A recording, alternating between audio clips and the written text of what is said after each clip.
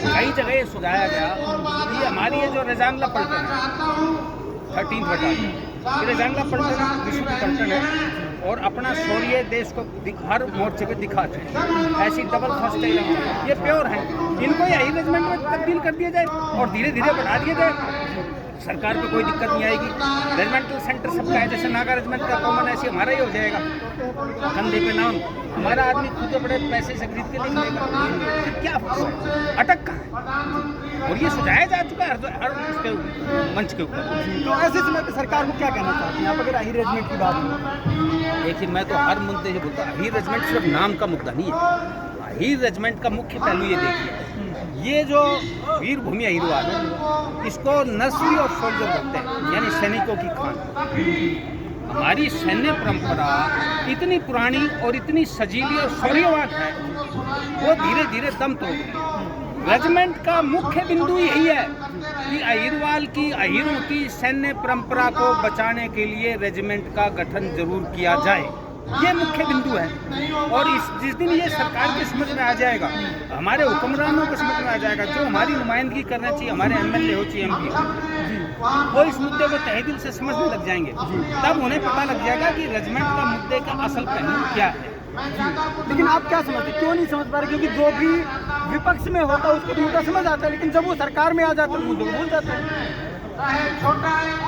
हमारे साथ दिक्कत ये है, जिसके पास हमारे आदमी सत्ता में आते ही ना बिल्कुल पंगु और कमजोर हो जाता है। ये पता नहीं हमारी सरदारी में क्या अभिशाप है कि जैसी सत्ता में आते हैं वो एकदम बिल्कुल जो है डुबक के बैठ जाते हैं, और जब विपक्ष में होते हैं तो थोड़ी बहुत जो है मुंह खोल देते हैं। ये हमने देखते रहे। मैं बहुत ऐसे बड़े बड़े, मैं नाम नहीं लेना चाहूँगा, बड़े बड़े सूरवीर मैंने देखे जो कि छत्र पे बड़े बड़े, उनके पास गए रेजिमेंट के लिए, बोला भाई हम जब सत्ता में आएंगे ना तब बोलेंगे, और जैसे ही वो सत्ता में आए दुबक के नाम भी नहीं लिया रेजिमेंट का। तो कोई तो ताकत मिलने पे मजबूत होता है, हमारी नुमाइंदगी करने वाला जो सत्ता में आते ही कमजोर हो जाता है, ये विडंबना है। अच्छा राज साहब, कहीं एक राजनीतिक मुद्दा बन के नहीं रह गया?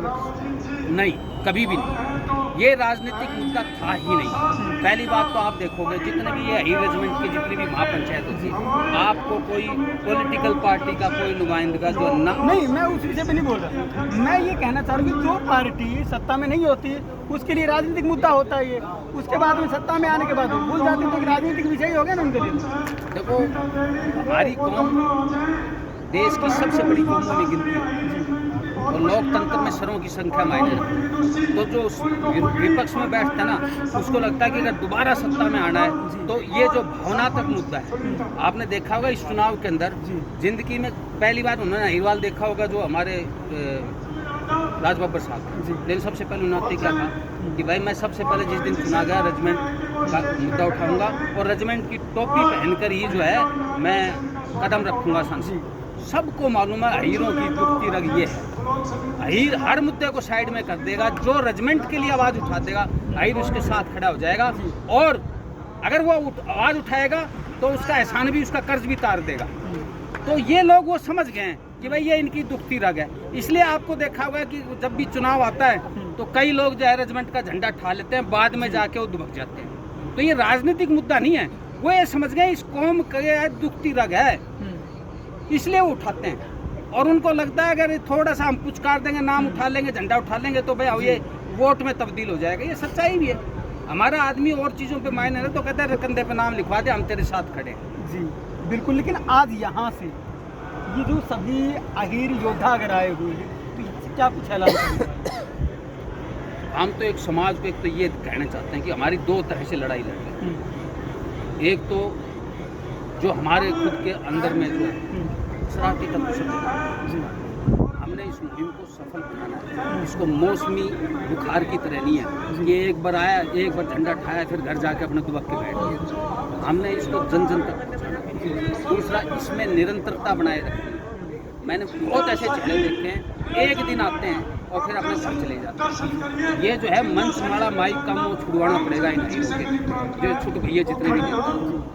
और दूसरा, एक आम आदमी तक संदेश हमने भेजना था। सबको ऐसा लग रहा था कि भाई रेजिमेंट की मुहिम धीमी पड़ गई या ठंडी हो गई। कई लोग हमको फ़ोन भी करते थे, हमने रेजिमेंट की मुहिम कभी ठंडी नहीं हुई। देखो रेजिमेंट वो चक्रव्यूह है, जो अपने दिल से इसके साथ लगा हुआ है वो उस चक्कर में घुस गया तो उसके पास दो ही ऑप्शन है, या तो उसमें मरेगा लड़ते हुए रेजिमेंट के लिए, और अगर निकलेगा तो फतेह हासिल करके निकलेगा। बीच का कोई सवाल नहीं है कि भाई मैंने झंडा ठा लिया, अब जब जाके जब मेरे मन में आएगी मैं बैठ जाऊंगा, फिर इसका मतलब वो दोगला है। रेजिमेंट के चक्रव्यूह को दो ही रास्ते हैं, मरो या विजय हासिल करो, तीसरा कोई नहीं है। ये अब इनके ऊपर है कि कितनी सच्चाई से अपनी आत्मा के उससे रेजिमेंट के मुद्दे भी, और ये जितने भी हम इन सबको देखो हम कई बार लड़ना पड़ता है, हर जगह है ये। अरे महाभारत में भी तो सगा मामा पांडवों का कौरवों की तरफ बेचारा लड़ गया, लड़ा था कि ना। यादवों की सेना का एक बहुत बड़ा हिस्सा कृतवर्मा के उसमें जो है विरोध में लड़ गया पांडवों के। तो ये तो सब जगह चलेगा। ये सारी बाधाओं को पार करते हुए इस जब तक ये लक्ष्य हासिल नहीं किया जाता, हो नहीं जाता, कंधे पे नाम ही नहीं लिखा जाता, जब तक ये चलता रहेगा। और अगर पीढ़ी दर पीढ़ी भी चलाना पड़ा, सिर्फ इतनी छोटी लड़ाई नहीं है कि भाई हम मरेंगे, कोई बात नहीं, ये तो प्रकृति का नियम है, आना जाना लगा रहेगा।